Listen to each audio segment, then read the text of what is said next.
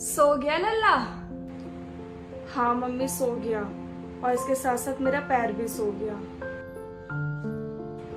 हाँ दीदी बहुत सही टाइम पर आए हो आप। थोड़ी देर इसे ले लोगे, इसे लिए मेरा पैर सो गया। ठीक है लाओ दो। खबरदार बड़ी बहू, जो तुमने लल्ला को छुआ भी तो मैं तेरा बुरा साया इस बच्चे पे नहीं पड़ने दूंगी। बांझ कहीं की, जा अपने कमरे में। जब देखो तब इसके सामने आ जाएगी इसको लेने के लिए। 1000 बार मना कर दिया है। मम्मी जी आप क्या कह रहे हो? आखिर बड़ी दीदी का साया बुरा कैसे हो सकता है? आखिर वो बड़ी मम्मी है गुन्नू की। कोई मम्मी मम्मी नहीं है वो, और ना ही वो मम्मी बन सकती है। बांझ है वो, बांझ। मम्मी जी कम से कम आप तो ऐसा मत बोलो। बाहर वाले के कम ताने देते हैं दीदी को, जो अब आपने भी शुरू कर दिए। पता नहीं आपकी इन बातों का क्या असर हुआ होगा उन पर, कितना बुरा लगा होगा उन्हें। अरे बुरा लगता है तो लगने दे मेरी भला से, पर सच तो यही है कि वो बांझ है, बांझ। वो कभी मां नहीं बन सकती। बांझ है तो कभी मां नहीं बन पाएगी। दीदी हाँ आजा, अंदर आजा। दीदी आप रो रहे हो? अरे नहीं, आजा तो आजा, अंदर आजा। दीदी आप ना मम्मी जी की बातों का ना बुरा मत माना करो, वो तो बस ऐसे ही बोलती रहती हैं। अरे वो क्या भगवान है जो उन्होंने भविष्यवाणी कर दी कि आप कभी मां नहीं बन सकती। अब साइंस ने इतनी तरक्की कर ली है, आप देखना कुछ ना कुछ इलाज तो जरूर होगा। मैं भी ना इसी उम्मीद पर हूँ। सब ठीक हो जाएगा दीदी, आप चिंता मत करो। अब दीदी आप रो मत, जाओ जाकर अपना मुंह धोकर आओ।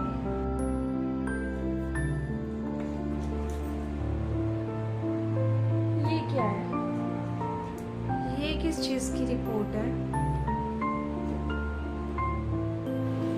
ओह माय गॉड, दीदी ने इतनी बड़ी बात हम सबसे छुपा के रखी है। ये बात ना तो मम्मी जी को पता होनी चाहिए। हे भगवान, ये रिपोर्ट भारी रह गई। दीदी आपने हमसे इतनी बड़ी बात छुपाई। देख तुझे मेरी कसम है, तू ये बात ना किसी को भी नहीं बताएगी, अपने भैया को भी नहीं। अगर तूने ये बात किसी को भी बता दी ना तो मेरी बहुत बदनामी हो जाएगी। लेकिन दीदी सच्चाई कभी ना कभी तो सामने आ ही जाएगी ना। सच्चाई कभी छिप नहीं सकती। जब तक छिप सकती है जब तक तो छिपाऊंगी। देख मैं तेरे आगे हाथ जोड़ती हूँ, ये बात किसी को भी मत बताना प्लीज। ठीक है दीदी, नहीं बताऊंगी मैं, जैसा आप चाहो। अरे ममता, ओ ममता, देख तू यहाँ बैठी है और मैं तुझे नीचे ढूंढ रही थी। अरे आजा बहन, आ बैठ। अरे राम, और तू ठीक है? ठीक हूँ, मुझे क्या होगा। और तू आज इस टाइम? मेरी बहू के लड़का हुआ था तो मैंने प्रसाद बोला था वही बांट रही थी। तू ही रहेगी तो सोचे चल तुझे भी दे आऊं। चल ठीक है। और तेरा पोता ठीक है? ठीक है, हमारा लल्ला भी भगवान की दुआ से। चलो अच्छा है। और तेरी बड़ी बहू के कुछ हुआ? अरे अभी तो कुछ भी नहीं है। बताओ भगवान की भी क्या लीला है। छोटी बहू ने 1 साल में ही पोते का मुंह दिखा दिया, और बड़ी बहू को 6 साल हो गए, अभी तक कुछ नहीं हुआ। अब भगवान भी क्या करेगा जब पेड़ ही सूखा होगा। क्या मतलब तेरा? सूखे पेड़ पे फल आते देखे कभी? बांझ है वो, कहां से औलाद पैदा करेगी? क्या मेरे बेटे की तो किस्मत ही फूट गई है। ये लड़की मेरे बेटे के गले में फांस बन के बैठ गई है। वैसे तेरे से एक बात बोलूं क्या? पता नहीं तुझे कैसी लगे, पर मेरी बात मानना तो अपने बड़े बेटे की दूसरी शादी करा दे। तेरा दिमाग तो ठीक है, वो तो चल मां नहीं बन सकती, तो तेरा बेटा क्यों बच्चे के मुंह से दूर रहे। मेरी बात मान तो उसकी दूसरी शादी करा दे, है ना। मेरी नजर में एक लड़की है, अगर तुझे सही लगे मेरी बात तो मुझे बताइयो, मैं उसकी फोटो भेज दूंगी तुझे।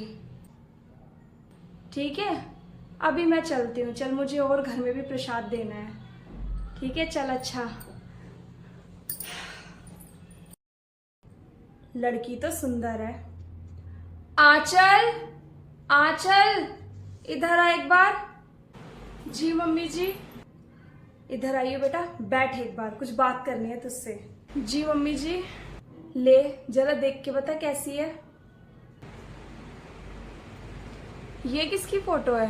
कौन है ये? ये लड़की तेरे बड़े भाई साहब के लिए है। उसका दूसरा ब्याह करूंगी अब मैं। क्या? ये क्या कह रहे हो आप मम्मी जी? आप भाई साहब की दोबारा शादी कराओगे? और दीदी, उनके बारे में नहीं सोचा आपने? बहुत सोच लिया उसके बारे में। अब मैं उसको उसके मायके भेजूंगी। एक औरत जब ही पूरी होती है जब वो माँ बन सके, और वो उसके बस का है नहीं। अब मैं अपने बड़े बेटे की दोबारा शादी करा दूंगी, कम से कम वो तो संतान सुख भोगे। मम्मी जी, इस बात की कोई गारंटी है कि आप भाई साहब की दूसरी शादी करा दोगे तो वो पिता बन जाएंगे? क्या मतलब है तुम्हारा? और अगर दूसरी शादी के बाद भी पिता नहीं बन पाए तो आप उनकी तीसरी शादी करा देना, और जब भी वो पिता नहीं बन पाए तो चौथी शादी करा देना, ऐसी 5वीं 6ठी 7वीं। बहू, क्या बोले जा रही है ये? अपने दिमाग पे थोड़ा काबू रख। मैं कुछ कह नहीं रही हूँ, इसका मतलब ये नहीं है कि बोलती जाएगी जो तेरे मन में आ रहा है। हाँ बोलूंगी, और चीख चीख कर बोलूंगी, क्योंकि अब मैं चुप नहीं बैठूंगी कि भाई साहब क्या कितनी भी शादियां करा लो पर वो कभी भी पिता नहीं बन पाएंगे, क्योंकि कमी दीदी में नहीं है, भाई साहब में है। क्या? हाँ माँ जी, मैं बिल्कुल सही बोल रही हूँ। दीदी के अंदर कोई कमी ना होते हुए भी ना वो आपके कड़वे शब्दों के घूंट पी रही थी, और सारी सच्चाई आप लोगों से छुपा रखी थी। अरे वो तो दीदी का बड़प्पन है जो इतना कड़वा घूंट पी के वो बैठी हुई थी। चाहती तो वो भी दूसरी शादी कर सकती थी, चली जाती इस घर को छोड़कर, पर वो नहीं गई क्योंकि प्यार करती है वो भाई साहब जी से। वो कभी छोड़ के नहीं जाएंगी उन्हें। पर आप कभी ये नहीं सोचोगे, क्योंकि आप तो सास हो ना, आपको तो सिर्फ अपना बेटा दिखाई देता है। बेटे की साइड लोगे, बहू की साइड क्यों देखोगे आप? क्या हुआ माँ जी, सच सुन के पसीने छूट गए? अब बताओ, अब क्या करोगे आप? मैं अपनी बहू को बांझ कहती रही और वो सुनती रही। ये तो मैंने बहुत गलत किया। बहू ससुराल में अपनी नींदें, सपने, अपने अरमान सब झोंक दे, यहाँ तक कि अपनी जान तक दे देना, तब भी बेटे का ही पटरा भाले जाता है। उसे बहुत बड़ा पाप हो गया बहू। मम्मी जी, क्या हो गया आपको? आंचल, क्या हो गया? क्या बात हो गई? मम्मी जी ऐसे उदास क्यों है, रो क्यों रही हैं? बहू, मुझे माफ कर दे। कोई मुझे कुछ बताएगा क्या बात हो गई है? मैंने तेरे को बहुत भला बुरा बोला और तूने सच मुझसे इतने टाइम तक छुपा के रखा, मेरी कड़वी बातें सुनती रही। आंचल, मैंने तेरे को मना किया था ना बहन, ये बात किसी को मत बताइयो, फिर तूने क्यों बता दी? मैं तेरे आगे हाथ जोड़ती हूँ, मुझे माफ कर दे। और तू प्लीज ये घर छोड़ के, मेरे बेटे को छोड़ के कभी मत जाइयो। मेरा बेटा रह नहीं पाएगा तेरे बिना। वो तो शायद मन ही मन मुझसे नफरत भी करता होगा, कोसता होगा कि कैसी माँ है। मैं इनको छोड़कर, आपको छोड़ के कहीं भी नहीं जा रही हूँ। आप प्लीज चिंता मत करिए, टेंशन मत लीजिए, अब चुप हो जाइए और सब ठीक हो जाएगा भगवान ने चाहा तो। आज जब बेटे के बारे में पता चला, जब मुझे एहसास हुआ कि मैं कितनी गलत थी।